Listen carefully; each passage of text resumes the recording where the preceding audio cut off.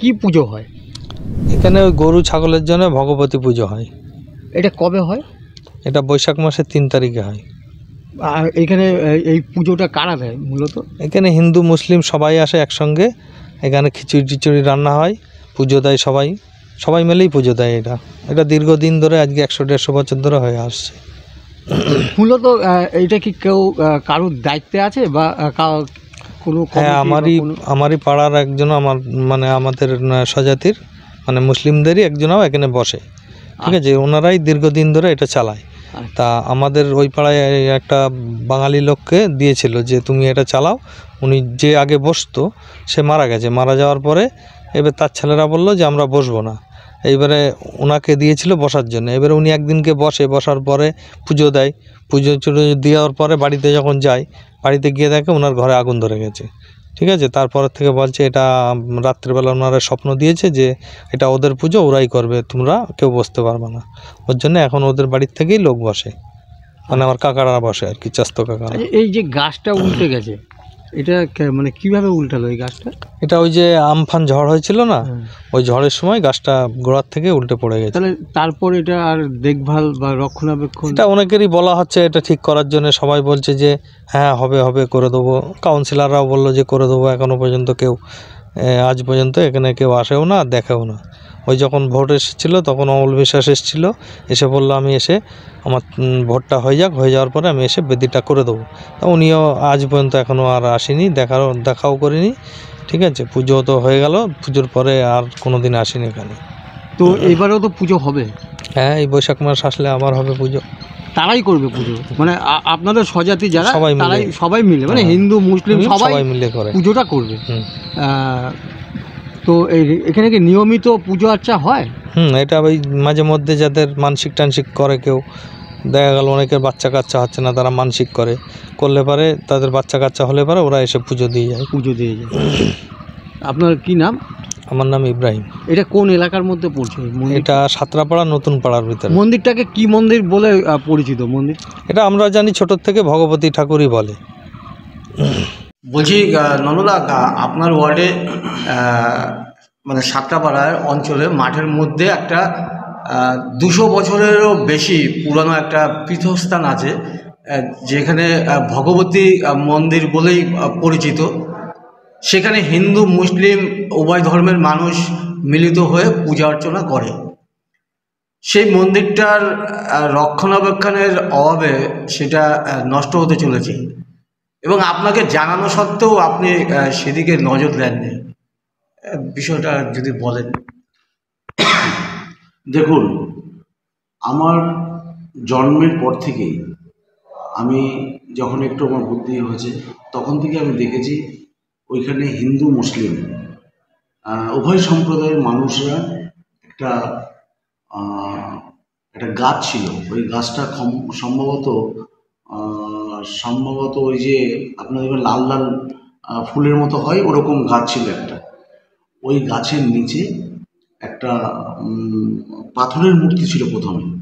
তারপরে ওইটা একটু ডেভেলপমেন্ট হয়ে লোকাল আমাদের যারা ওইখানে সাতরাপাড়া গ্রামবাসীরা আছে তাদের সাহায্যার্থে ওখানে একটা ছোট্ট মতো মন্দির হয়ে ওঠে। তো আমরা ওইখানে দেখতাম যে ওই হিন্দু মুসলিম উভয় সম্প্রদায় মিলেই ওইখানে ভগবতী তলা বলে ওই জায়গাটা আমরা পরিচিত। ভগবতী মন্দির নয়, ভগবতী তলা। তো শিমুল গাছ ওটাকে বলে, শিমুল গাছ। তো ওই শিমুল গাছের তলায় ওইখানে আমরা যেতাম, গিয়ে নিরামিষ খাবার খিচুড়ি রান্নার খাবার হতো। আপামর সাতরাপাড়াবাসী যেত, এবং ওখানে পুজো যেটা হতো, ওখানে একটা মন্দির মতো বানানো হয়েছিল পরে। তো সেইখানে ওই বাতাসা আর ধূপকাঠি, এই রীতিনীতি ছিল। এবং যিনি পুজো অর্চনা করতেন তিনি মুসলমান সম্প্রদায়ের লোকই থাকতো, ওখানে পুজো অর্চনা করতো। কিন্তু পুজোটা হতো ভগবতী পুজো হিসাবে।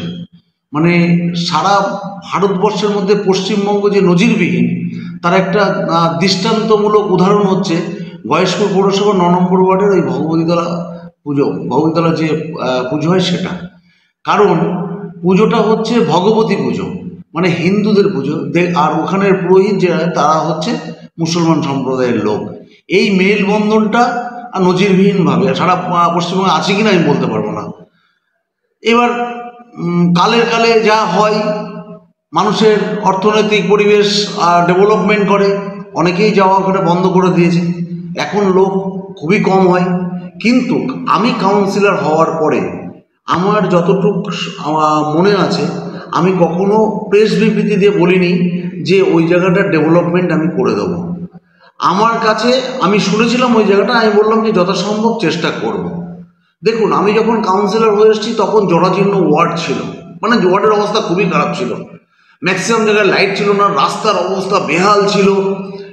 তারপরে হচ্ছে ভোট তো আপনাদেরই ছিল, ভোট আমাদেরই ছিল, আগের ভোটও আমাদের ছিল, আমরা এসেও আমাদের ভোটই পেয়েছি, তৃণমূল পরিচালিত ভোটই পেয়েছি। আমি তৃণমূল কংগ্রেস কর্মী সমর্থক এবং তৃণমূল কংগ্রেস কর্মীর কাউন্সিলর, সেই হিসাবে এই ডেভেলপমেন্ট আমার মাথার উপর প্রচুর বোঝা ছিল। আর গয়েশপুর পৌরসভার 9 নম্বর ওয়ার্ড হচ্ছে সবচেয়ে বড় ওয়ার্ড। তো আমার মূল লক্ষ্য ছিল, আমি যখন কাউন্সিলর হয়েছিলাম, যে মানুষকে পরিষেবা দেব। সেই হিসাবে যে আমাদের বোর্ডে যারা বোর্ড সদস্য ছিল এবং চেয়ারম্যান সবার উপস্থিতি, আমি বলেছিলাম যে উন্নয়নের পক্ষে আমি, এবং উন্নয়ন করতে হবে সারা গয়েশপুরের মাধ্যম দিয়ে এবং 9 নম্বর ওয়ার্ডের মাধ্যম দিয়ে উন্নয়নটাকে মানুষের দোরগোড়ায় পৌঁছে দিতে হবে। না হলে প্রতিশ্রুতি যে দিয়েছি, পরবর্তীকালে গিয়ে ভোট চাওয়া যাবে না এবং লোকে কিন্তু বাজে বলবে, তৃণমূলের বদনাম হবে।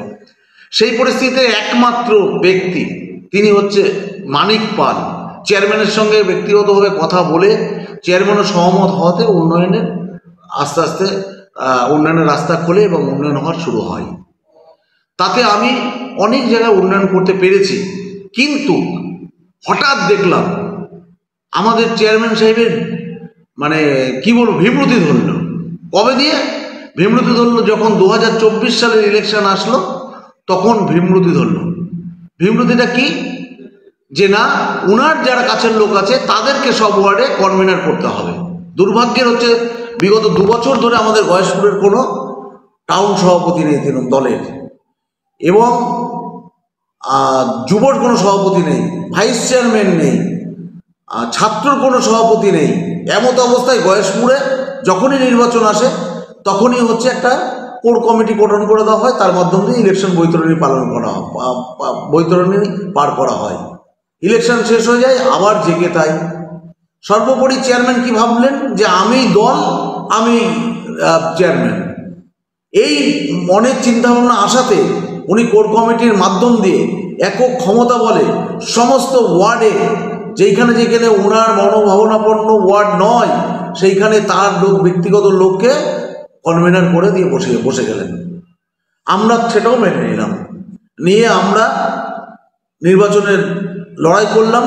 লড়াই করে ম্যাক্সিমাম ওয়ার্ডই আমরা এখানে জয়লাভ করেছি, কিন্তু 7টা ওয়ার্ড আমরা এখানে হেরেছি বটে। আর আমার ওয়ার্ড আমি জয়লাভ করেছি, কিন্তু আশানুরূপ ফল হয়নি এই বিশৃঙ্খলতার মধ্য দিয়ে।